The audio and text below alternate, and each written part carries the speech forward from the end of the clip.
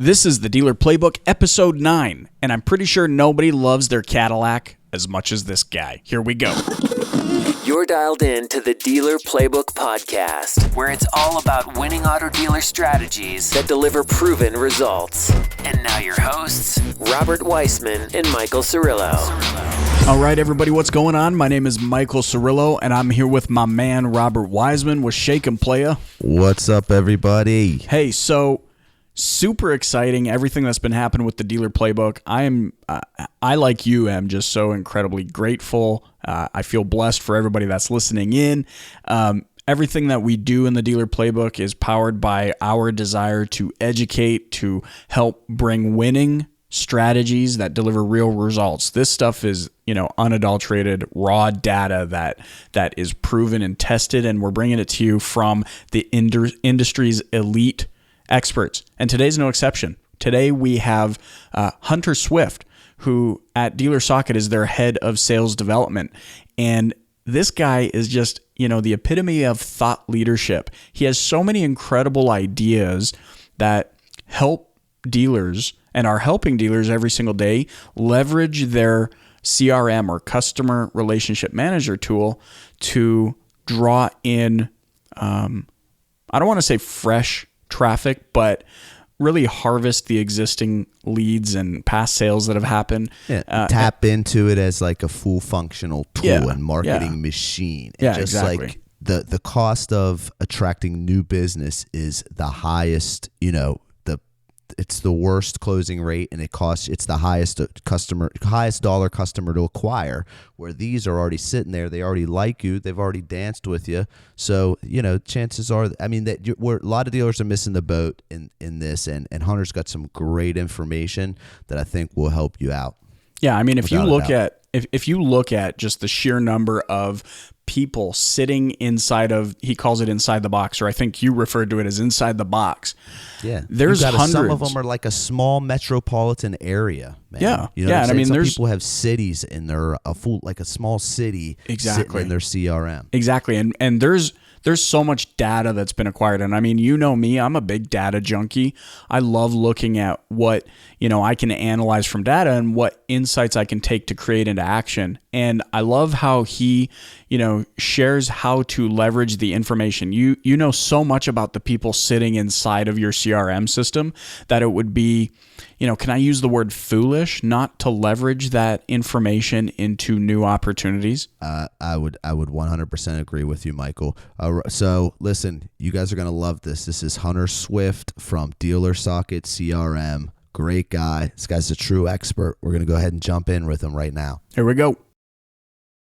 Okay, everybody, and again, this is Robert Weissman, and we are here with our guest today. Again, it's Director of Sales Development with DealerSocket CRM, and somebody that I've become a big fan of lately. We first met, we hooked up and met in person first time at the Internet Sales 20 group, previous one in Atlantic City, hung out a little bit there.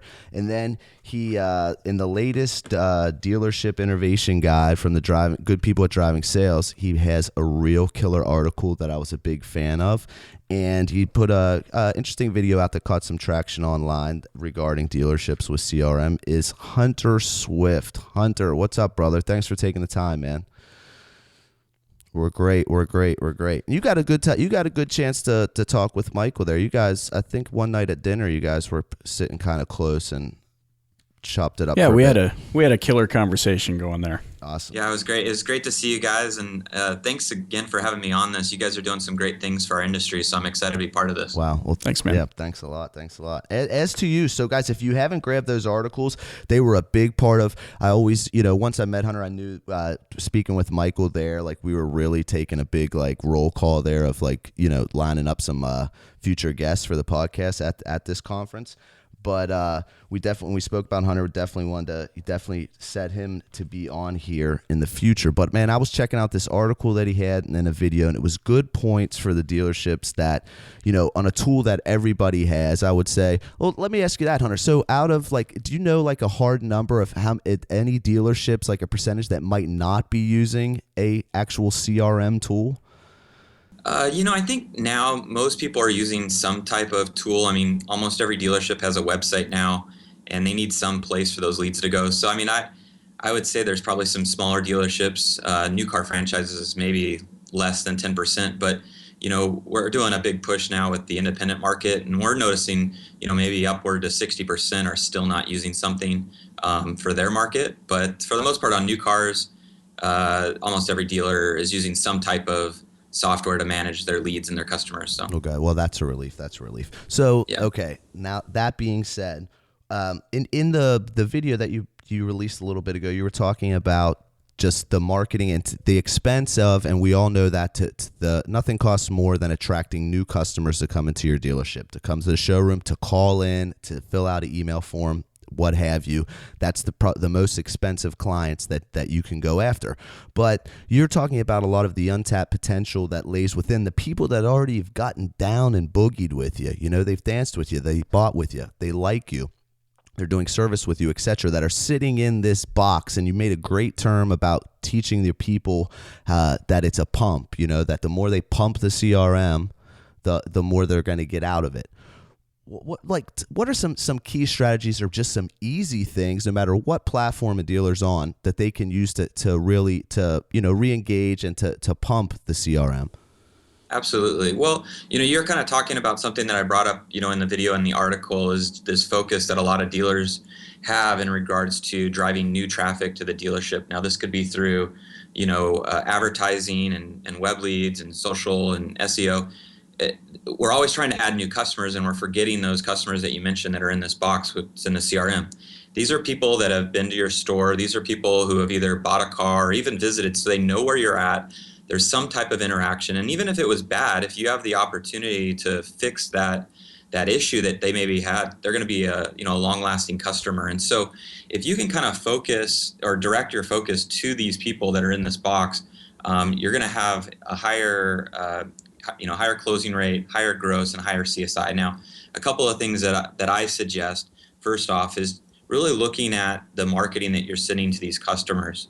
Kind of almost do like a marketing campaign audit. Look at which campaigns are working and kill what's not. And the other thing that I would suggest is making sure that everybody in your CRM is enrolled in some type of marketing campaign. A lot of times maybe we'll move a customer to Lost and we think, hey, the customer bought somewhere else. There's nothing I can do with this. Well, you might have had a great experience with you. They might have, just picked a different car, but those customers should be enrolled into a campaign, because I can sell their household another vehicle, I can sell them another vehicle, I can even service the vehicle they bought at another dealership. So making sure that there's just some type of campaign for all of your customers, I think, is important. But more importantly, when you're doing some type of marketing campaign, there should be some type of reason, and not just, hey, I'm prospecting to prospect you, or just to even just be in contact with you. Look at, what's the purpose of it. And I think one of the issues that a lot of dealers have is, they're always trying to sell, they're always trying to promote, and they're not looking at specific call to actions. And so, if you're going to send somebody an email, a lot of times that email is going, to the customer, it's like a condensed version of their web page. I mean, it's got banners and columns and ads and buttons, and we're just hoping that the customer clicks on something.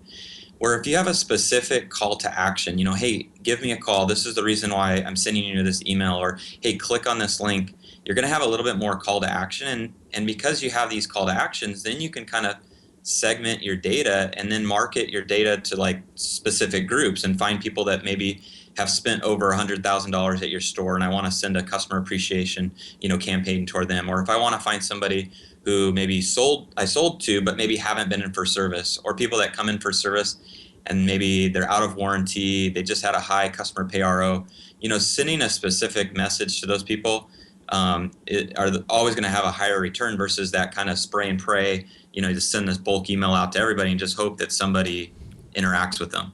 Yeah, and it's almost like that kind of behavior where it's, like you said, the spray and pray model, where you're sending out this 30,000 foot marketing message that you hope will just capture anybody. It's almost that. I mean, that does harm to dealerships, because that's almost what furthers the argument that all dealers care about are, selling you something. It kind of takes the face away. You mentioned something in your article about building brand, and you make the statement where you say, people don't purchase from companies, or they don't trust companies, they trust people.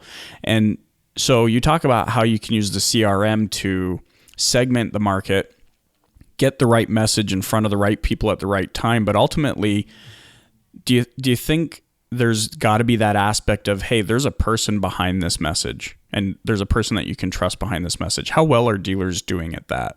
Yeah, absolutely. I mean, we know dealers love to have automation. And when a lot of times when people sign up for CRM, automation is an important part of that. And they think, okay, when a lead comes in, I'm going to get an autoresponder out to my customer.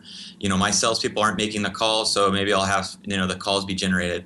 They're not sending emails, and so I'm going to send it out. Well, the consumers are getting smarter now, where we know if it's coming from the computer or the dealership versus an actual person. And so you want to kind of make sure that that correspondence that you have with the customer is as real and as personal as possible. And I think that requires kind of a change in our industry, because I still think dealers are using the CRM to manage customers and leads. And the more progressive dealers are using it more to manage the relationship of the customer. And if you think of it that way, it facilitates the salesperson so that they don't have to remember every customer that they've ever interacted with, but the system kind of prompts them and says, hey, it's this person's birthday, call them up, or hey, this person falls within this person, this segment of data, reach out to them for this specific reason. But then within the actual email, we're trying to personalize that. So we're saying, hey, Robert, hey, Michael, in the subject line, or it has their name, or it's specific in regards to that information, where if somebody sends in a lead and says, hey, do you have this in the color yellow?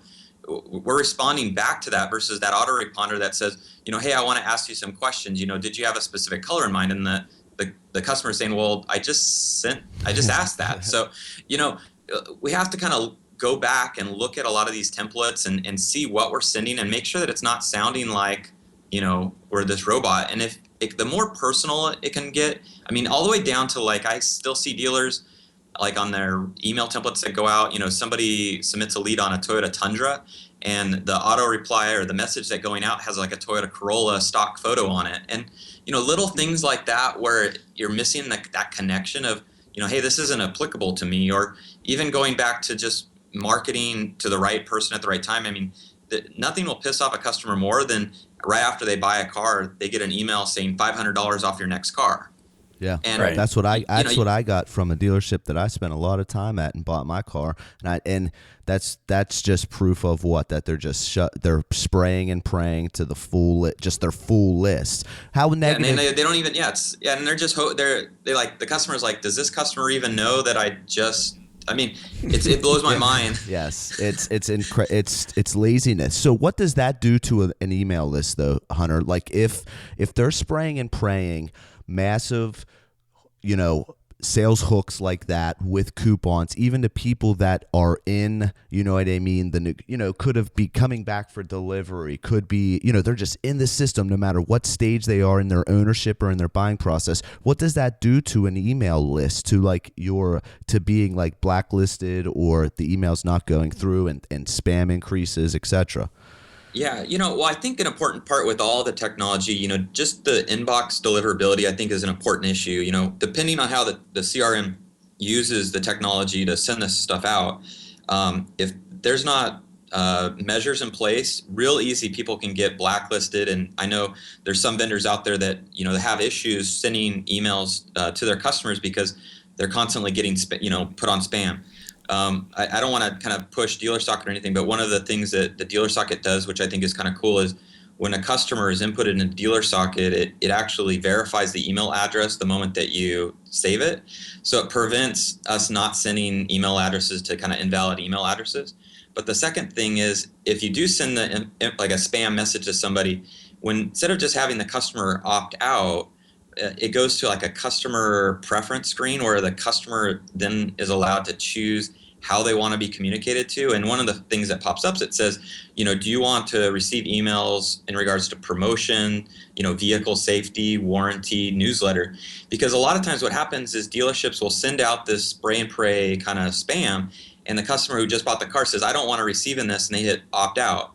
And then maybe 3 months down the road, there's a recall safety, thing that goes out that a dealership has to communicate this message to the customer. But because that customer opted out of the sales promotion, they don't ever get this message. And so, there's a huge issue here. So being able to kind of have that kind of technology kind of better understand that. But, the dealer, goes back to that relationship. We don't want to be spammed. Each of us probably have one email address that we value, right? We don't want to receive a lot of spam to it. And when customers are being asked, hey, can I have your email address? A lot of times they're reluctant because, I can't even get my personal email address isn't hunterswift@gmail. I couldn't get that, right? I would pay money for that. So I had to, have a number at the end of my email address. And so if I am that valuable, if it's that valuable to me, if I give my email address to somebody, I want something of value in return, and I don't want to be spammed. And so it goes back with that trust. If the customer gives you your email address, what are you going to give him that's of value? And a lot of times it's not a $500 off your next purchase. It's more in regards to things in regards to help, about the value, the safety, things that they can do, important things that they want to know, and not always be, hey, buy cars, buy cars, buy cars. So, right. So most dealers are out there, though, waging fierce battle trying to acquire new customers that fall into kind of that 2 to 5% of, we'll call in-market consumers, the ones that are thinking about purchasing a specific year, make, model, or whatever. But what about the, 98 to 95 to 98% of people who are still in the phase that you're talking about? They're, hey, our family's growing, so we need something with more safety, more room, more whatever, shaping their purchase decision. And something, the biggest takeaway for me up to this point is, you said, you got to have an objective. You need to segment your market, and then you need to have an objective of what you want to accomplish with that segment. And then the second thing, which we're talking about here, is using the technology to help, I guess, automate that. But the pray and spray term has come up several times here, and I've got a perfect example. Without an objective, I submitted a lead to a dealership in Los Angeles. I'm up here in Canada, but I wanted to just see how I would have been responded to as we were compiling some data.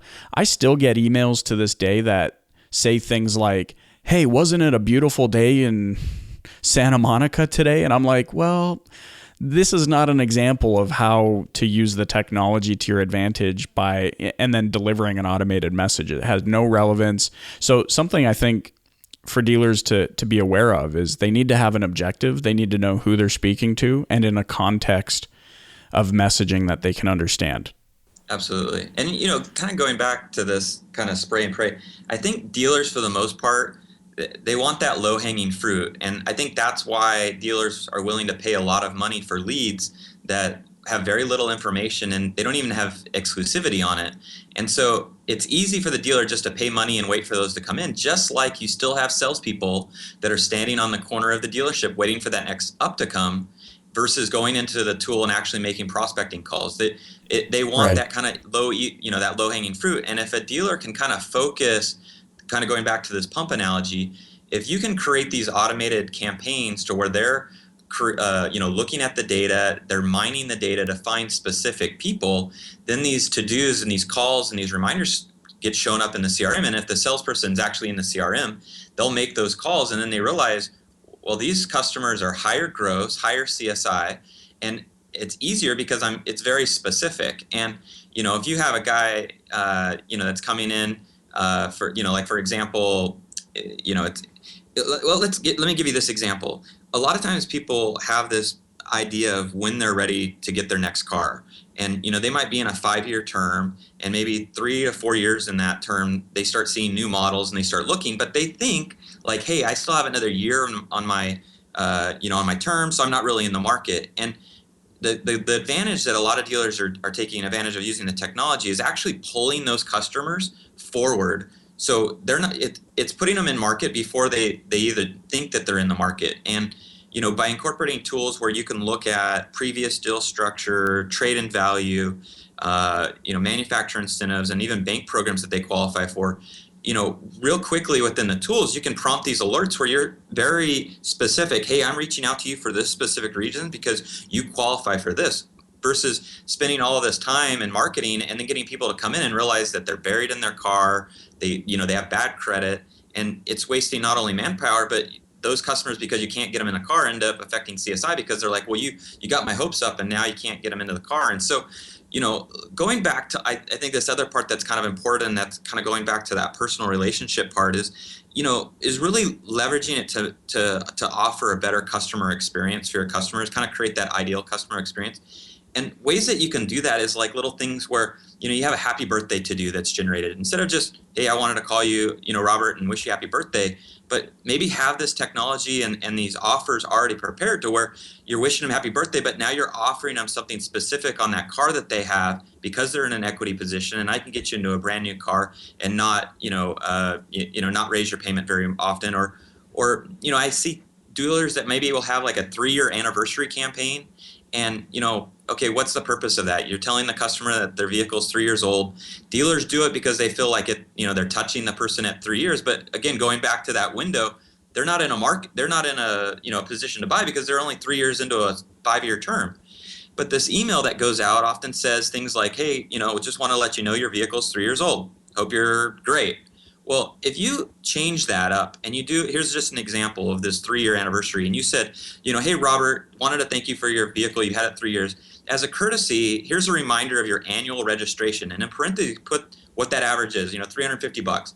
Hey, we notice, you're probably about 30,000 miles. So we want to suggest getting your 30,000 mile service. And we put in parentheses what that would be. And hey, check your tires. And what we're giving him is, instead of just saying happy 3-year anniversary, we're giving him like a bill, what he's going to have to pay in order to continue driving this vehicle that's out of warranty, that he's probably tired of.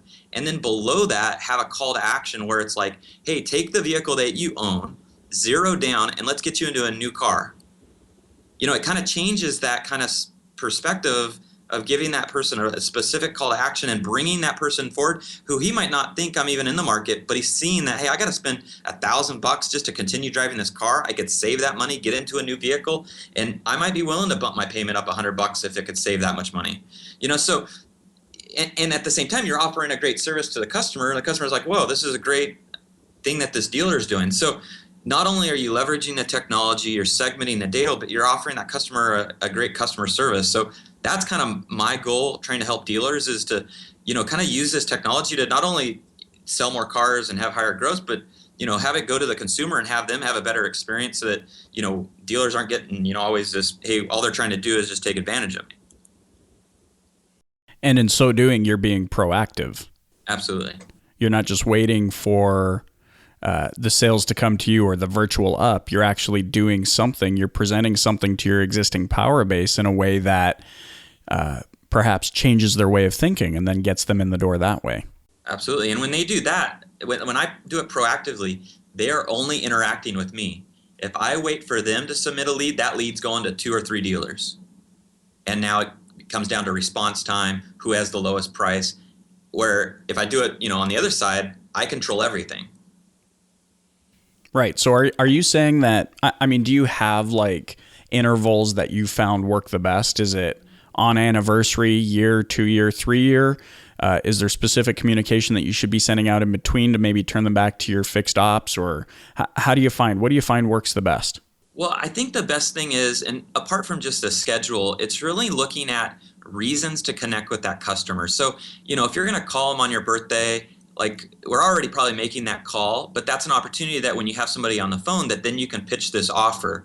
Or if maybe I look at my service drive and I see all the appointments that are coming in for the day, I should be looking at those people that scheduled an appointment that are out of warranty that might be having a customer pay RO. And so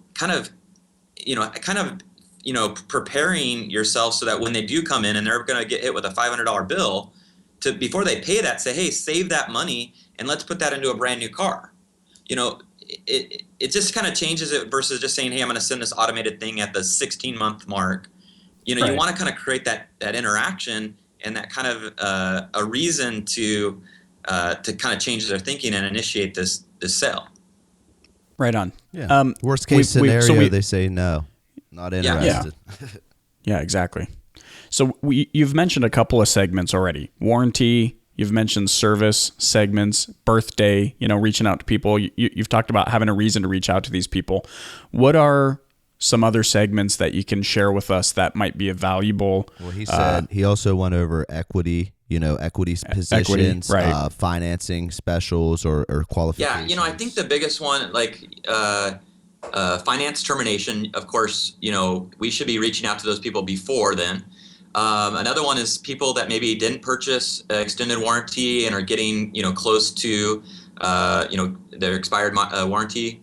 The We Want Your Trade one is always a great one. The specific thing on the We Want Your Trade thing that I really like is instead of marketing to somebody and say, hey, Michael or Robert, I noticed you own this vehicle and we have a high demand for it. Would you come in? One of the things that I really like to do is we have people all the time coming in looking for used cars that we don't have. And in most CRMs, there's this kind of wish list feature where I can put in, Robert's looking for a used Corvette. We don't have a used Corvette, so I put used Corvette, and when we get one in on trade, it notifies me, and I call Robert. The problem is with that we're letting the customer leave. And incorporating a good customer service thing, one of the things I recommend is saying, hey, Robert, I see that you're interested in this Corvette. We don't have one, but instead of letting you leave and you having to do some research, visit other dealers, why don't you sit at my desk for a couple minutes and let me go through a list builder and try to find people I sold a new Corvette 2, 3 to 4 years ago.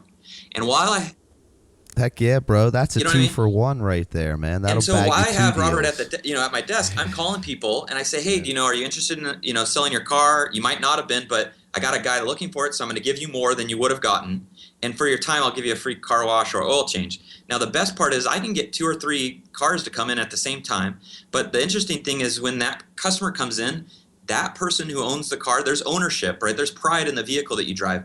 They actually will begin to sell the car for you. Hey, this is the things that I like about it. These are the things that I did, and it really helps. And I can turn that into a second car. But that guy that I just did this service for, he's not going to nickel and dime me on price. He's going to give me high CSI. And this is something that he's going to tell his friends about, saying, hey, look, if you're looking for a car, go to this dealer. They'll help you find it. So that's the $1 million power play right there. No.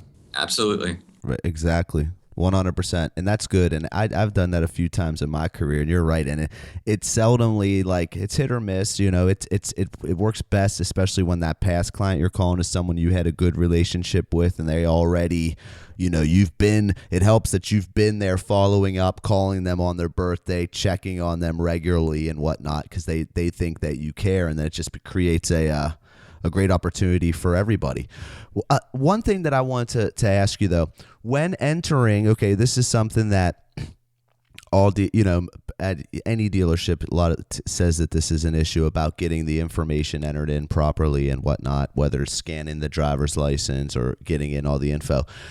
Is there any value, or do you see it being offered like it even within your organization or others, where when I'm getting the email address, I'm getting the phone number? What about asking, okay, how about are we there yet? Can I have your Facebook handle, your Twitter handle, etc.? Absolutely. So just recently within DealerSocket, we have the ability to attach social media handles to the customer profile, which is big. I know of other CRM tools out there that have some type of social integration as well. I think that's an important thing. But one thing I think that's important is, I was recently at a trade show, and one of the speakers was saying that only 25 to 35% of fresh ups get put into the CRM. And if that's true, it's affecting your numbers, it's reporting your ROI reports. Everything. Your marketing is it's all messed. Yeah, it's a mess, right? So one of the things that I highly encourage is dealers to use or incorporate a mobile CRM. And what this does is it allows the salesperson to kind of capture ups, while they're on the lot. And because the person's being put into the phone, if we go back to that Corvette example, I say, hey, Robert, you're looking for a Corvette. Hey, I got this great video or this great template that I want to send you. Hey, what's your email address or your cell phone number?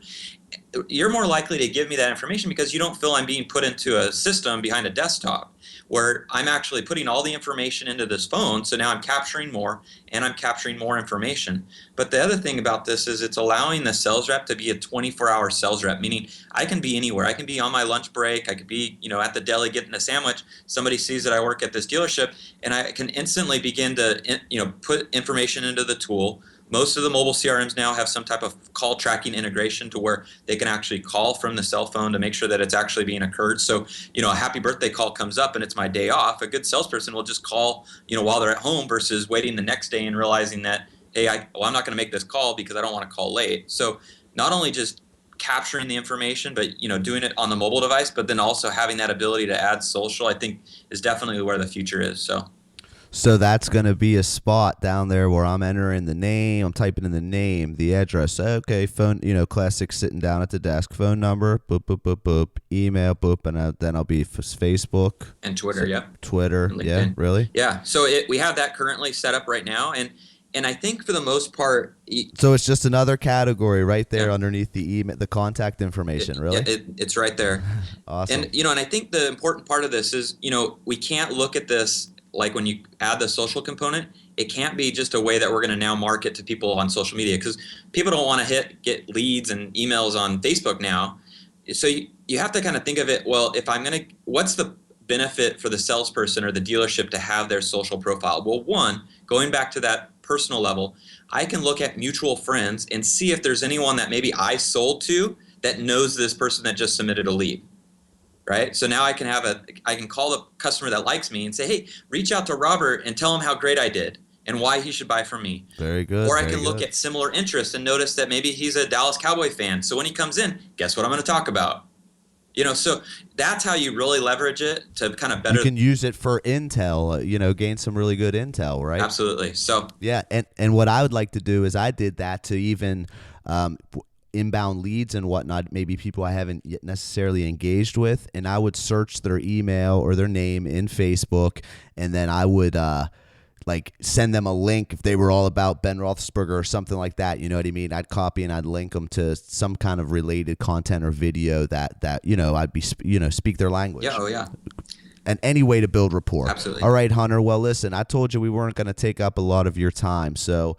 Listen, I think that you got a lot of good things out there for today. Michael, any thoughts? No, absolutely. I think the power bombs today were, how to mine for new customers by, using the CRM creatively. So definitely for me, that was a big takeaway. Yep. And I think that the big one too was using it to, dealers to really start to look at your CRM tool as not necessarily to manage your customers, but manage the relationships.